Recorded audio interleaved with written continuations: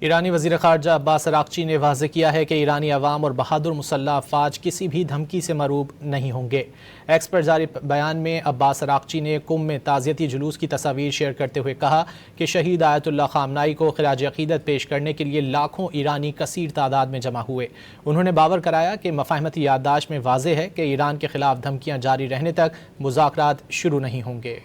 ایرانی وزیر خارجہ عباس عراقچی نے واضح کیا ہے کہ ایرانی عوام اور بہادر مسلح افواج کسی بھی دھمکی سے مرعوب نہیں ہوں گے۔ ایکس پر جاری بیان میں عباس عراقچی نے قم میں تعزیتی جلوس کی تصاویر شیئر کرتے ہوئے کہا کہ شہید آیت اللہ خامنائی کو خراج عقیدت پیش کرنے کے لیے لاکھوں ایرانی کثیر تعداد میں جمع ہوئے۔ انہوں نے باور کرایا کہ مفاہمتی یادداشت میں واضح ہے کہ ایران کے خلاف دھمکیاں جاری رہنے تک مذاکرات شروع نہیں ہوں گے۔ ایرانی وزیر خارجہ عباس عراقچی نے واضح کیا ہے کہ ایرانی عوام اور بہادر مسلح افواج کسی بھی دھمکی سے مرعوب نہیں ہوں گے۔ ایکس پر جاری بیان میں عباس عراقچی نے قم میں تعزیتی جلوس کی تصاویر شیئر کرتے ہوئے کہا کہ شہید آیت اللہ خامنائی کو خراج عقیدت پیش کرنے کے لیے لاکھوں ایرانی کثیر تعداد میں جمع ہوئے۔